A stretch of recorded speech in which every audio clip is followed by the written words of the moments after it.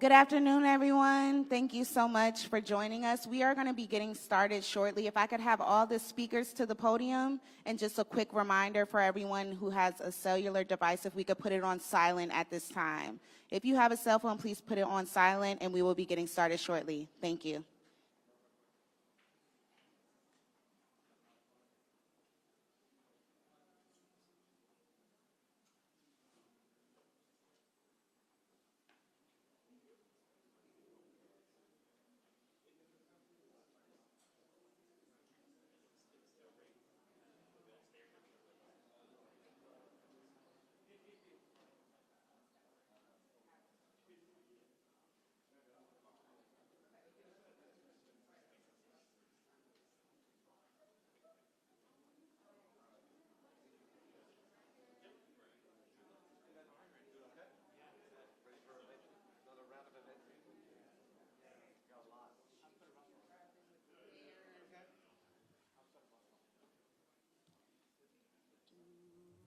I'm going to have you on this side. Okay. Yes, sir. Yes, sir.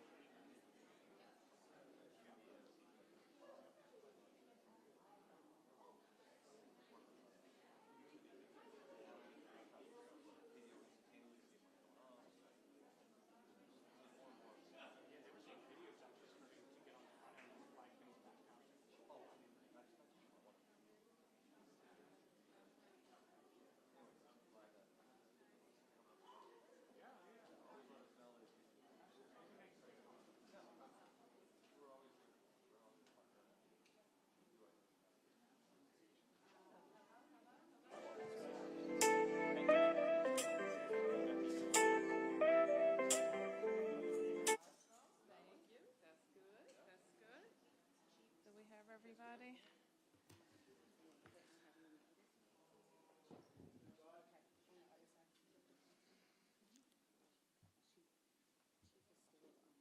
Oh, cheapest. Okay. Well, she's going to be right behind us, I think.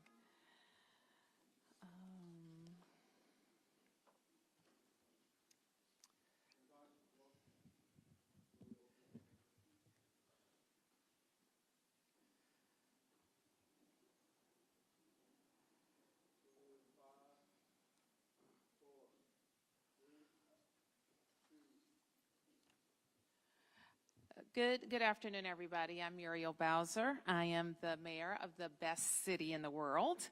And I am joined by members of my public safety team and administration, and also representatives of Capitol Pride. Give them a big round of applause. Stand up, guys. Be recognized. Please stand up.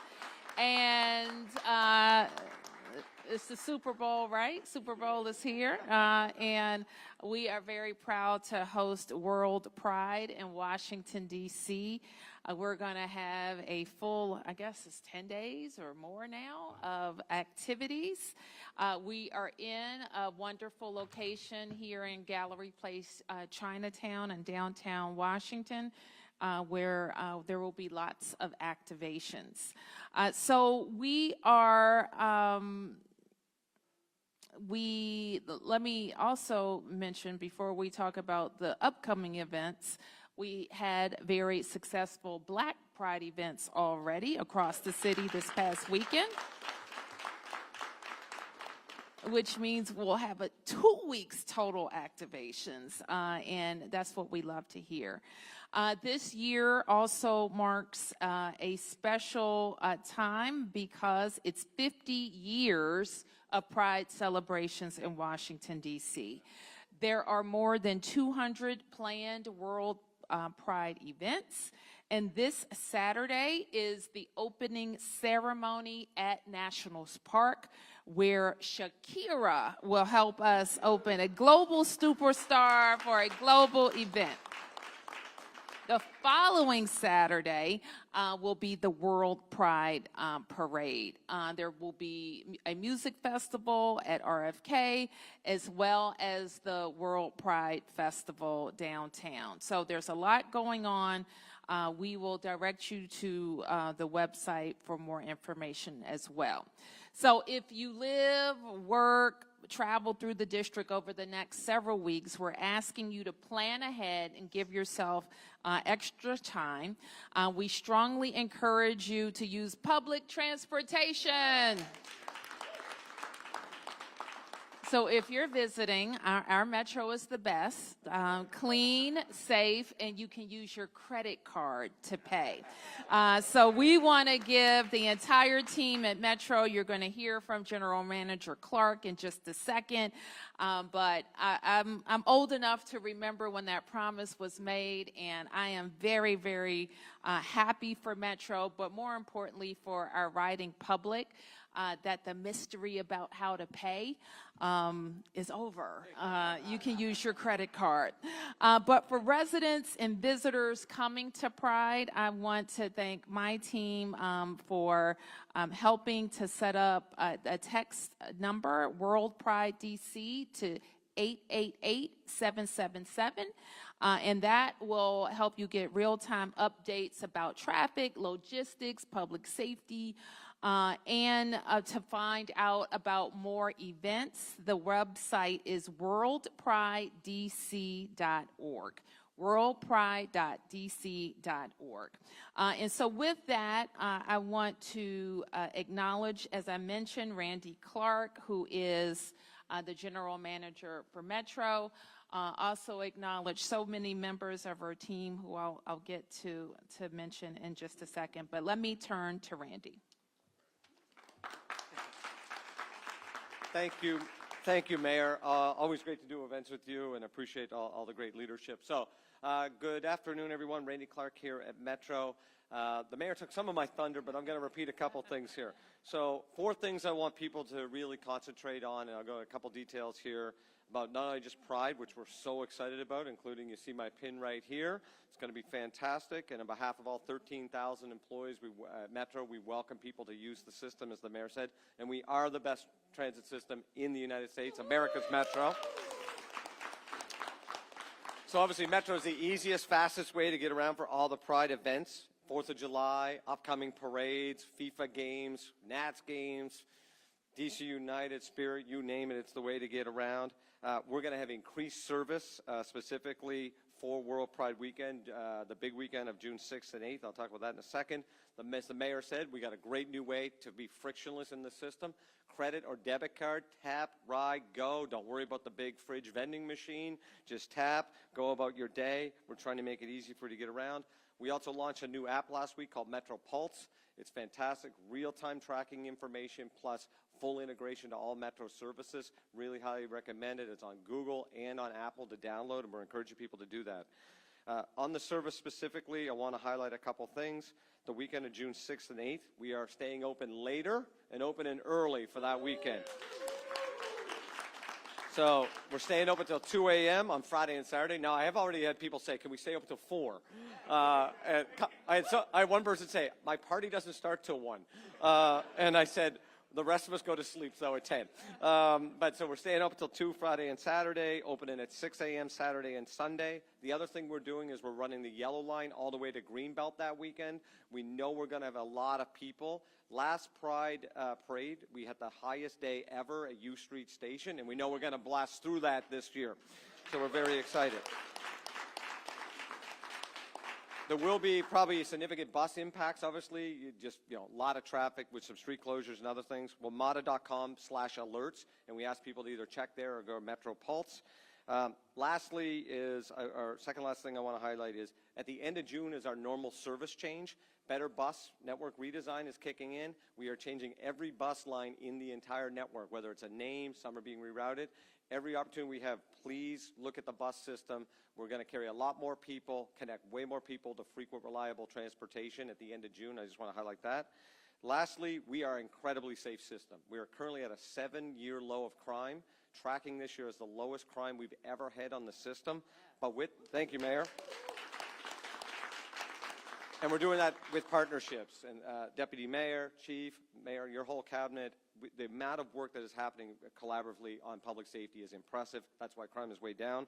But with that said, if you have any issues, 202-962-2121, direct to Transit Police, or you can text my MTPD, which is 696-873, or use the Metro Pulse. Many ways to connect us, and we're making sure that you're safe out in the system. So happy World Pride. We also have Pride Wrap buses and trains out in the system.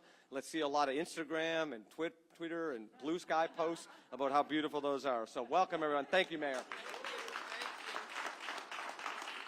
Thank you. And I do want to acknowledge some other folks who are standing with us and who are behind the scenes, on the scene, in front of the scene, working to keep DC safe and to make our events and to bring more events. So first off, Deputy Mayor Lindsay Appiah. Please give Lindsay a big round of applause, who is responsible for public safety and justice. Director Clint Osborne, who is our director of HCMA. HCMA has a big role in our special events planning and coordination with all of our partners, including Metro and the federal government and our partners in the federal government. Elliot Ferguson, who is the leader of Destination DC, which is our tourism agency. And I know a great partner in World Pride, Jaron Price, who is the director of the Downtown DC Bid. I saw Franklin Park decked out in rainbows, so that's fantastic. Japer Bowles, who is the director of the Mayor's Office of LGBTQ Affairs. Who has worked very, very hard with our partners at Capitol Pride and the district's really commitment to attracting World Pride, investing, and to make sure when people leave here, they're going to be talking about us as a city, and they're going to be saying what a great time they had in D.C. and when they want to come back. We're also our Chief of Police, who you're going to hear from in just a moment, and LaToya Foster, who you'll also hear from, who is the director of our Office of Cable, Television, Film, Music, and Entertainment. So with that, I'd like to introduce Chief Pamela Smith. Thank you, Madam Mayor. What I'll start by saying is that Washington, D.C. is proud to host to be the host city, rather, for an exciting summer of major events to include World Pride 2025. I've had the pleasure and the honor to work side by side with Capital Pride Alliance and Japer and his team to ensure that whatever the needs are for Capital Pride when it comes to public safety, we are in lockstep, we're in solidarity, and we're going to stand side by side with everybody doing the parade to ensure that we have a festive occasion. This year we have World Pride 2025. We also have the Army 250th celebration, and we also have FIFA Club World Cup that will also take place this summer. And these events will bring residents, visitors, and communities to our city from around the world. MPD, alongside all of our district agencies and public safety partners, have been working for many months to plan for these large-scale events that are happening this summer. And our joint planning efforts have included site visits, tabletop exercise, intelligence coordination, and layered security strategies tailored uniquely to these events to ensure that we can keep our cities safe. For World Pride 2025, we've been planning for over a year, and MPD will have an increased presence citywide. We will activate our specialized units, and we will supplement our department with officers from our neighboring jurisdictions. These officers will assist with crowd management, traffic control, and maintain a strong public safety presence throughout the duration of the festivities. At this time, I want to emphasize that there are no known credible threats to World Pride or any affiliated events. That being said, we've had many prides here in the city, but that being said, we always want to remain vigilant, and we always want to be ready. And as always, we will continue to evaluate any intelligence, and we will adjust our posture accordingly if necessary. I will say a little bit about the Army 250th celebration. It's an event that's really designated as a national special security event, and the United States Secret Service is the lead, and at some point, the U.S. Secret Service will come back and provide some additional information regarding that. We know D.C. is no stranger to high-profile gatherings, and we have a proven track record of hosting them safely and successfully, and this year will be no different. But we all know that public safety is a shared responsibility. And although today we have a 20% reduction in violent crime across this city in comparison to the same time last year, a 38% reduction in carjackings, a 22% reduction in robberies, along with a 20% reduction in assault with dangerous weapons. But with those decreases, we realize we still have more work to do to continue to drive down crime in our city. And for our summer crime initiative, you will see an increased police presence in our high crime areas across the city. You will also see an increased police presence in our neighborhoods and business corridors. We will also have joint operation crime suppression initiatives and teams that will go on throughout the summer. And you will also see high visibility patrol efforts starting this weekend until the end of August. What I also want to do is give a shout out to DOES Director Unique Morris-Hughes. I collaborated with her last year on things that we can do for our young people, and I am proud to say that this year our police department will be supporting our summer youth employment program. We will have DC youth assigned to our community outreach program. We will have 30 positions for our junior police academy and another 20 positions for our STARS summer camp programs. So when we say we love our young people, we want our young people to thrive, and I think the best way that we can show our young people how to show up and show up strong in our city is to align themselves with our police department and help us get the message on how to stay safe. And more importantly for me, because I want to make sure our young people know that we are a bridge. Just like our Cadet Corps program and many programs across this city, we are a bridge to making sure our young people will be successful here in the District of Columbia. But we need everybody attending these events, so please stay alert. I will say this to you, and I'll close by saying this. If you see something, say something. We ask that you plan ahead. I can appreciate General Manager Clark, who has been very excited about the changes with Metro Transit. I might mess around and ride Metro Transit myself this weekend instead of walking all across the city. Tap and go, tap and go. You heard him. And I keep a credit card in my pocket. We're tapping and going.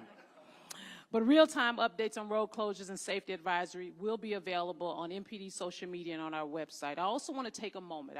I want to emphasize this. We recognize that public safety is a joint responsibility, but I want to thank our men and women of the Metropolitan Police Department and all of our partnering agencies who have been working really, really hard this year for our commitment to public safety. Your dedication, our dedication, the dedication to the folks that have showed up today will ensure that we have a successful World Pride. Thank you, and I'll turn it back over to Mayor Bowser. And so I want to finally invite Clint Osborne, followed by LaToya Foster. Good afternoon. I'm Clint Osborne. I'm the director of the D.C. Homeland Security and Emergency Management Agency, and this is an exciting time for our city. It is a continuation of what feels like Super Bowl after Super Bowl after Super Bowl, and which one day will lead to a Super Bowl.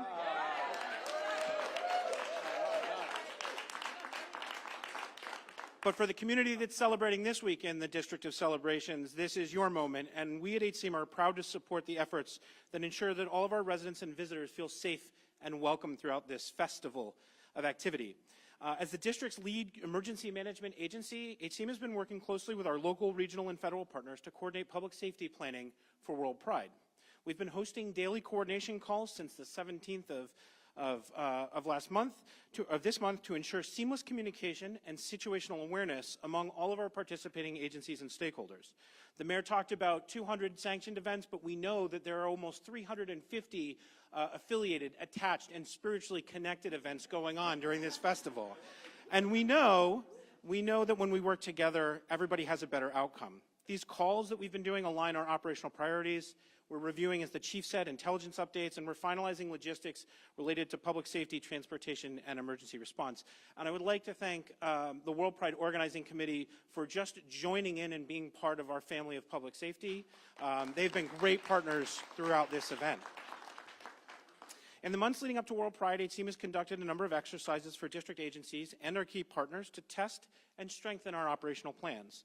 These tabletop and functional drills brought together agencies across all of our sectors, from law enforcement, fire, EMS, transportation, health, human services, and more, and included throughout this entire run, have included the event organizers because they're providing a lot of services directly to the folks attending this festival. We've been walking through real-world scenarios, and this proactive planning has helped us stay nimble, collaborative, and ready to address any situation that arises. And indeed, daily, we make adjustments to the city's operating posture to ensure that each of the events gets the support that it needs. We're committed to keeping the public informed throughout the duration of World Pride. HCMA has set up the Alert DC and Nixle text messaging services that the mayor talked about to provide timely and accurate updates on traffic disruptions, safety reminders, and emergency notifications. And as always, this is a layered approach to communicating with the public. So if you're already following MPD traffic, you'll see we'll be repeating that information and getting the information out. All of our sources, we're trying to get out as much as we can. So as the mayor shared, we encourage everyone, whether you're a resident, visitor, or business owner, to sign up for alerts by texting World Pride DC to 888-777. Again, that's World Pride DC to 888-777. And to sign up for Alert DC, you can go to alert.dc.gov. On behalf of the men and women of HCMA who will be working overtime and continue to work overtime for this event, I want to welcome the community and enjoy a safe and joyous festival in the District of Celebrations. And I'll now turn it over to Director Foster from OCTFME.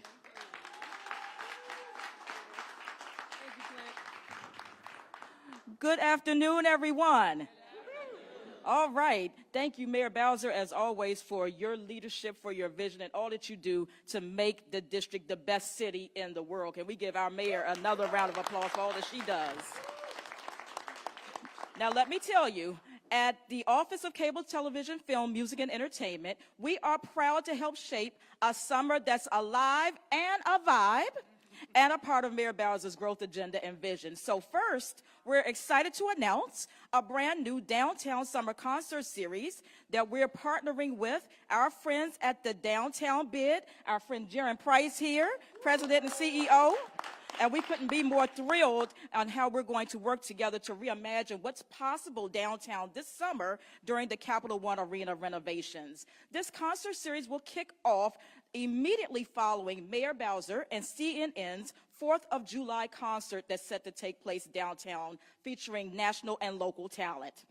We are also excited to announce that we have brought Magic Wednesdays to Washington, D.C., a 10-week free R&B, jazz, and go-go concert series in partnership with Radio 1 and Magic 102.3 FM. We are joined by the co-president of Radio 1, Eddie Harrell, who's with us today.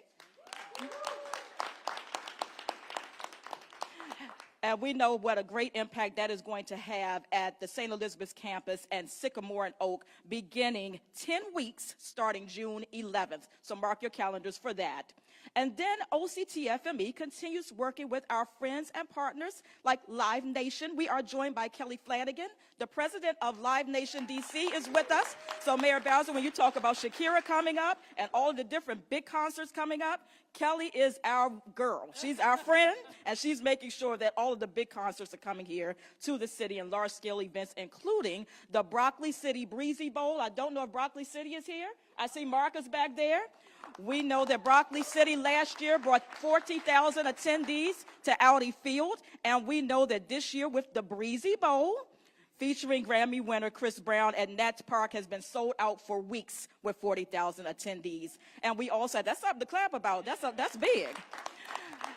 And through our OCTFME stage in partnership with Events DC, shout out to President Madame Angie Gates, will also showcase emerging local artists at this high-profile event, and we're proud to support the DC Jazz Fest at the Wharf later this summer as well. I know that's music to your ears.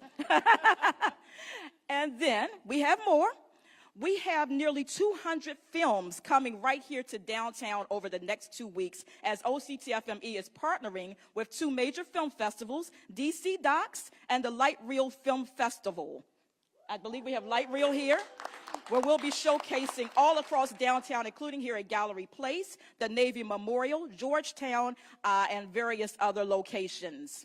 And lastly, because Mayor Bowser, you've said we have to have family fun experiences, something for everyone in the household. We are happy to partner with Putt Across America at the Wharf, which is a family fun experience and an immersive 18-hole mini golf experience inspired by iconic American landmarks, offering community days for everyone to enjoy. So we're very happy about that partnership as well. And Mayor, in your words, we know that sports and entertainment is not just fun and games, it's dollars and cents. And that's a big deal. And we know for every dollar that we incentivize for these incredible events, we see upwards of a $30 return on investment for each one. So millions of dollars of economic impact coming to our city. So we're excited about all that's coming our way, all of our partners who are here with us who have been a part of this phenomenal experience, and we want you to stay plugged in to OCTFME. You can follow us, watch us on Mayor Bowser's channel, DCN Channel 16, to learn more, as well as on our entertainment social media platforms. Thank you all, everyone. Thank you, LaToya. Thank you. Please give a hand to LaToya Foster. And she's never been on the radio. She's never been on the radio. I know I said last two. This time I mean last two. I'm going to ask Elliot Ferguson just to say a bit more about the partnership with World Pride, and then I'm going to ask Japer. Well, good afternoon, everyone. Thank you, Madam Mayor. So, the question is, what's the difference between Washingtonians and the DMV attending an event and the world coming to our city? That's what Destination DC has been doing for the last few years, promoting World Pride, promoting Capital Pride's 50th anniversary, and the opportunity to host the world. Sometimes when we do what we do, people ask, can we handle the crowds? Do we have the infrastructure? Do we have the hotels, the restaurants? I don't need to tell you all that we have all of those things. And as an organization, and you're in a footprint, you're in a space now that actually will partner with and be the welcome center for those coming to Washington, D.C. So, yes.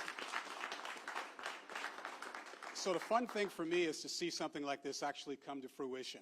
And we've been working hard with so many different people, including the mayor and her team, to promote Washington, D.C. So we want folks to come, have a safe time in Washington, be able to ride transportation, stay in our hotels, and enjoy all of these events. But I think the key thing as well is the advocacy component of World Pride, which is extremely important. The sports component. Yes, we want people to come and have fun and have a great time, but we want them to learn and remain engaged.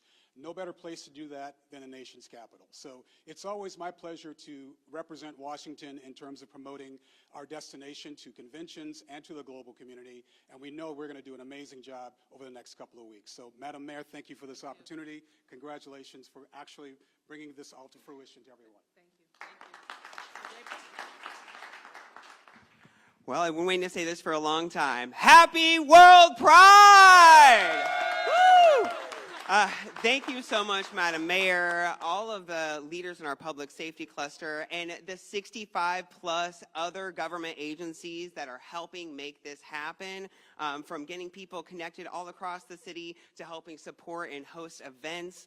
We're having events all across all 8 wards, but also in the DMV, and it's really a showcase of what our DC values are, which means it's focused on Black and brown people, on youth, on honoring our silver community, on focusing on our Latinx and API community, and getting people downtown, showcasing our art. We already mentioned the sports. We are the sports city, and just the same for our LGBTQIA+ sports. We're hosting over 20 different sports events during World Pride. So we're really, really excited. It's almost 3 years in the making, and I think it is an amazing celebration and an amazing accomplishment. So kudos to the community. Thank you for all that you've done, and thank you for this amazing moment for our city, our community, and our movement. Thank you so much. All right, thank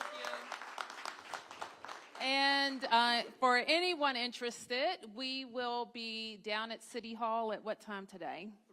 At 3:30 p.m. today for our flag raising, for our Pride flag raising at City Hall. So please join us. This is also my challenge to neighbors to put your Pride flags out. Put your Pride flags out because so many people are coming to our city, and we want everyone to be welcome.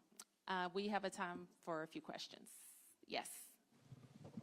Hi, Mayor. Tom Fitzgerald from Fox 5. Kind of a security question. Good policing often is a balance in large events. Washington, D.C. is very experienced with large events. What can you say to the citizens that while Capitol Pride understandably will have a surge of law enforcement to protect folks who attend, but that other regions of the district will be well protected over that time? Sure. Chief? Thank you for the question. I think I've shared very eloquently that we are really the experts in this space when it comes to crowd management. But I also am very, very clear about the fact that our 7 districts, where we have our residents who are committed to also supporting us in this public safety space, we will have a high police presence in those areas, just as we will in our downtown core. Bless you. That won't change. We've done this for every single event since I've been here. We always make sure that there is a visible presence, a high visible presence of police officers in our districts as we are celebrating the events and activities that take place here in our city.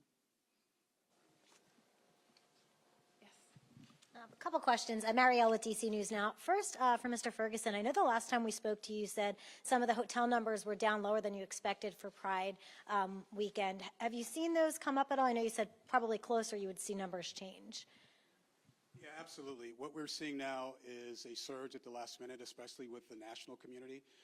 Clearly, some of the rhetoric from a national perspective has raised questions for those that were thinking about coming to Washington, but the overall positive influence and the reason, advocacy and all of the specific aspects of World Pride have really galvanized the local community, the national community to want to come to the city. Just left our annual board meeting, Randy and I, and we have hoteliers on our board, and they're seeing a surge in occupancy in hotels. So it's really a win-win for us as we look at where we are.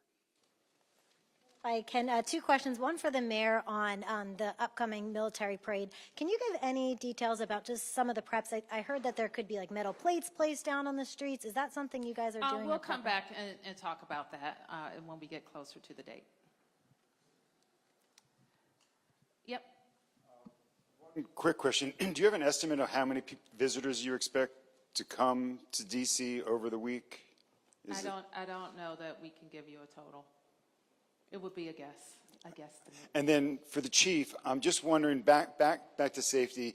You know, we just experienced, and the museum is opening day, but we just experienced that horrible tragedy. We saw what has happened overseas and other places with lone actors, people driving cars into crowds.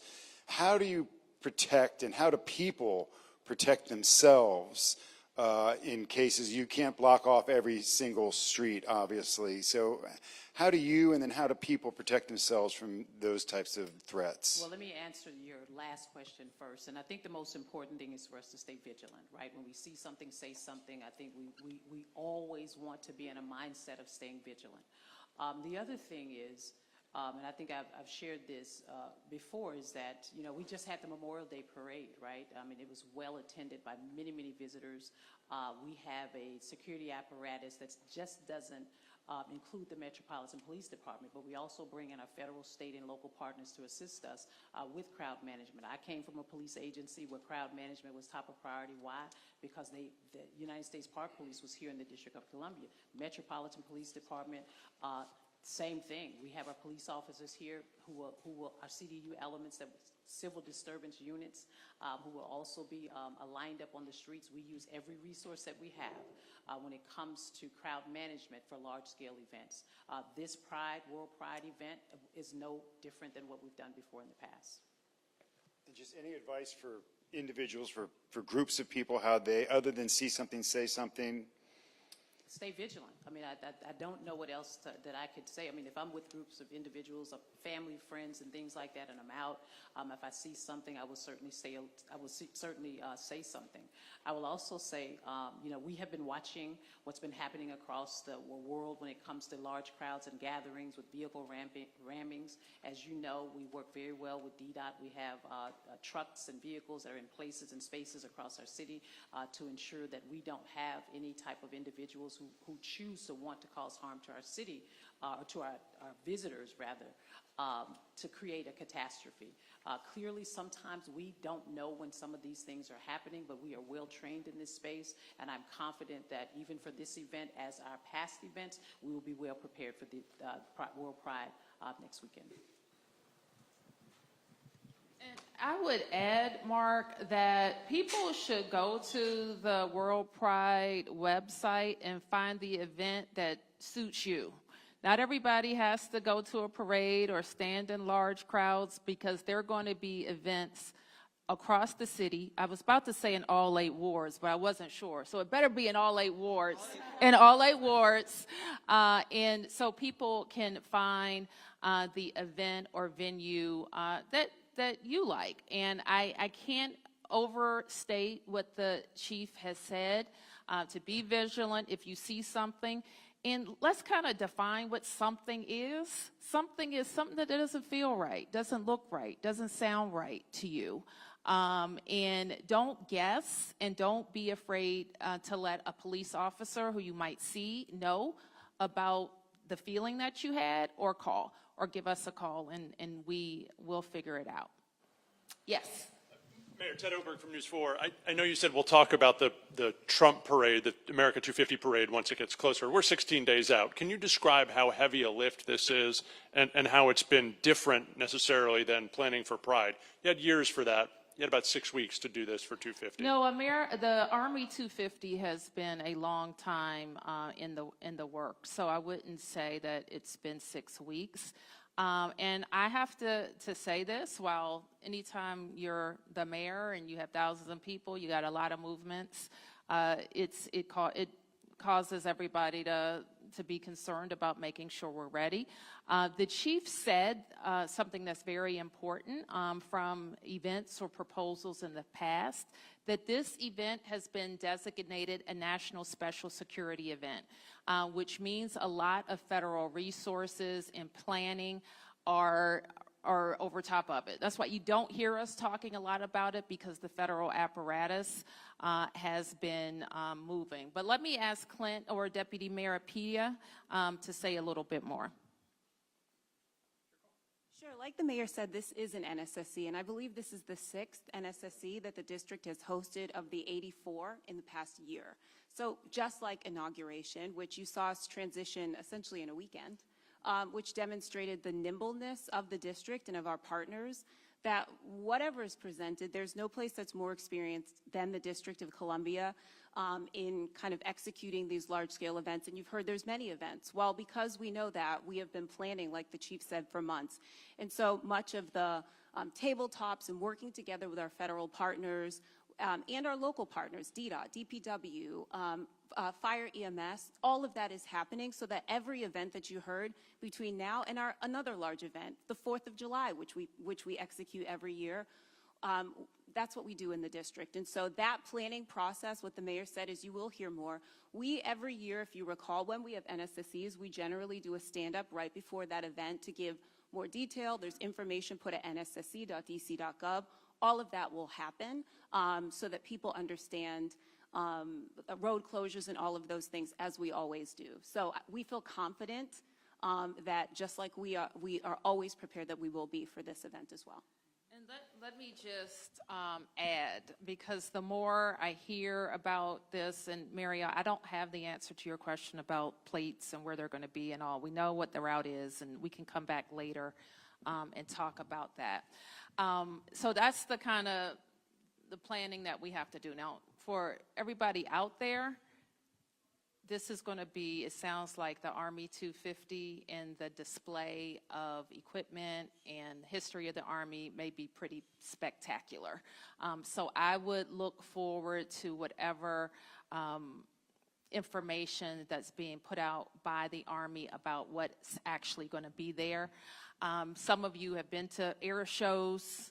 Others have been to our truck touch.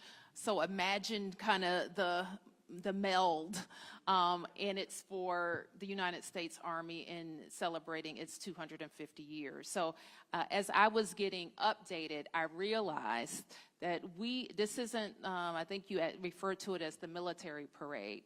And there's going to be a parade aspect, but don't lose sight of the fact that a lot of people served in the Army, a lot of families, a lot of people are into aircraft and other equipment. I've seen it at air shows that I've been to, and I would expect that we would see something similar. I was advised by the NTSB, and I think our planning teams know that there could be some disruption to the airspace at times. We don't know when that is, but that could affect, for short periods of time, air travel. Yes. Mayor Tom Fitzgerald again from Fox 5. You already asked the question. Well, Channel 4 got 2 questions, and I'm only here by myself. So.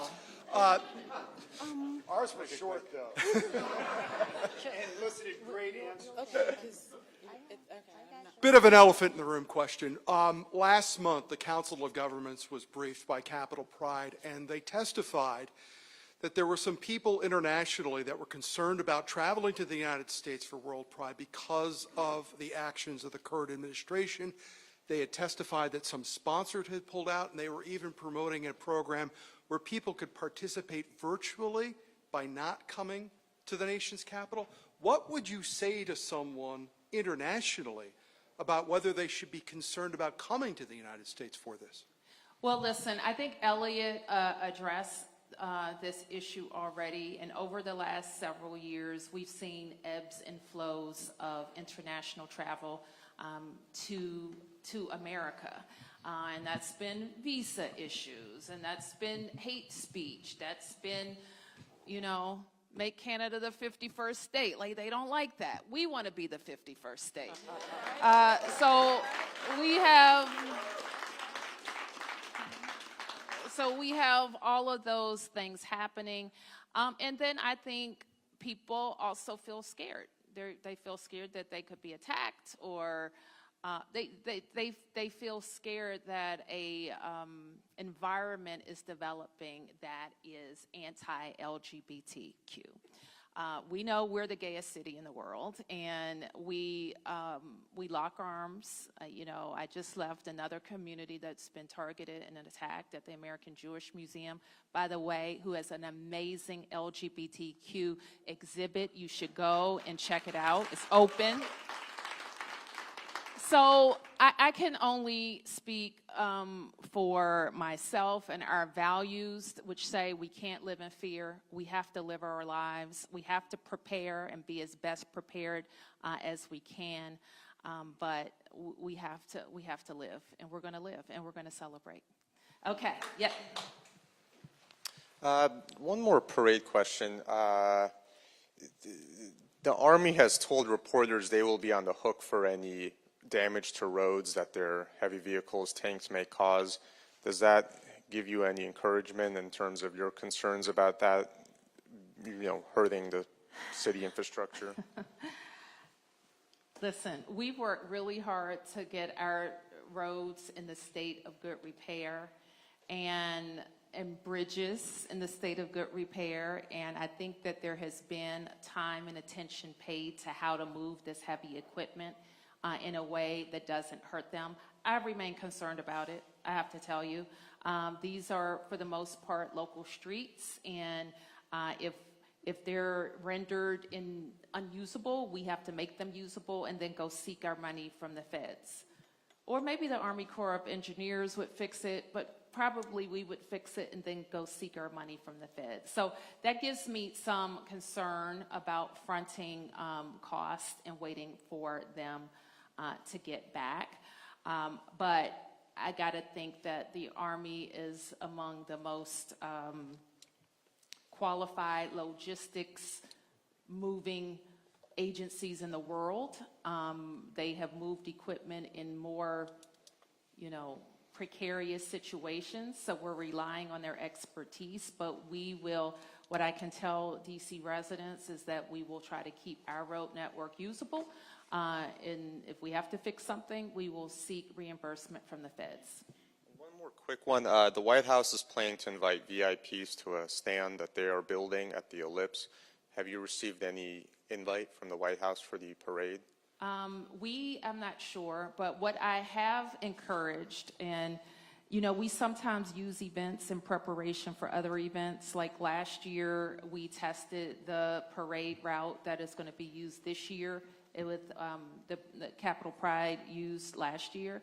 I asked our America 250 Commission to look at the kind of setup that's being used for Army 250 to see. I think it will be some indication of what America 250 could look like. So we will be doing that and we'll be observing it.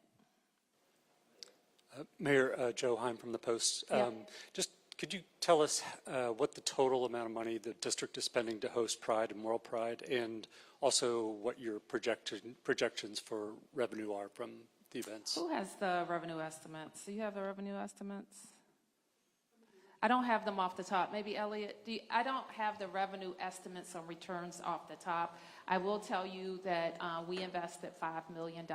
It was in last year's budget to help with logistics and planning and support. We will have other in-kind costs related to event management, and we'll figure out how that's accommodated. Mayor. Yes. One quick question regarding the World Pride Festival, which is 2 days this year. The festival for the regular annual Capitol Pride usually is 1 day on Pennsylvania Avenue. But we're hearing, though, that this year it may be enclosed in a fence with security entrances. And I was wondering, was that just an extra precaution that was decided to be done this year? Let me ask either JAPER or organizers to address that question. Hello, everyone. My name is Ryan Boss, the Executive Director for the Capitol Pride Alliance, and it was done for a variety of reasons. Since it is a 2-day festival, exhibitors will be having their items on site for 2 days, so we wanted to ensure that we could control and keep their items safe and not have to unload and load and unload and load. In addition, we wanted to provide some extra safety measures to err on concern from people in the community. So we'll have multiple entrances, and we'll be ready to invite folks to DC. And in terms of the economic impact, the original number was between $600 to $700 million in economic impact. A quick off topic, if I could, to your budget proposal. There's a part in there that changes the district's stance on assisting with immigration enforcement and the sanctuary city status. I know you're backed off from calling it sanctuary city, but you know the provision that I'm talking about. I'm wondering if you can explain your reasoning behind doing that. Because it's the only place that we found in our law that references DC as a sanctuary. I forget what the total name of the bill is, but it is a pretty specific measure that's related to how we work with ICE with people that we have in DC jail's custody. So it's a misnomer for the city based on what it affected. Now, we are happy to work with the council on making sure that provisions that were reflected there are raised up, but we don't think that having it in statute is the way to go. Prior to that bill being codified, there was a long-standing mayor's order that addressed those issues that I think was issued by Mayor Gray. So there's some question whether it needs to be in the law at all, and if so, it should be more. It should pinpoint the issues that it addresses, I think, more directly. Yes, you've been very patient. Thank you. Felicia Ashley, ABC7. 2 questions. One, just with obviously everything going on, what it means to all of you to have this here, the event, but also essentially a summer of celebrations. It's been a heavy year for some, but being able to have this. And part 2, for Chief, with Wharf and Navy Yard, we're going to have a lot of visitors and groups there. I know last week you spoke to touching base with businesses just in, doing their part as well, if you got a chance to do that with the upcoming events happening there. So it feels great. You heard LaToya say and talk about how attracting visitors, having festivals and global events is part of our growth agenda. And you heard that is from Attracting World Pride, where we invested a lot of money to bring people to DC. Now, I'm not talking about the cultural aspects. Right now, I'm talking about the dollars and cents aspects. And so that's important. So with all of these events, you have sporting events, you have music events, you have people going to restaurants, people going to nightclubs. We didn't talk about nightlife. Everybody, party responsibly. Please.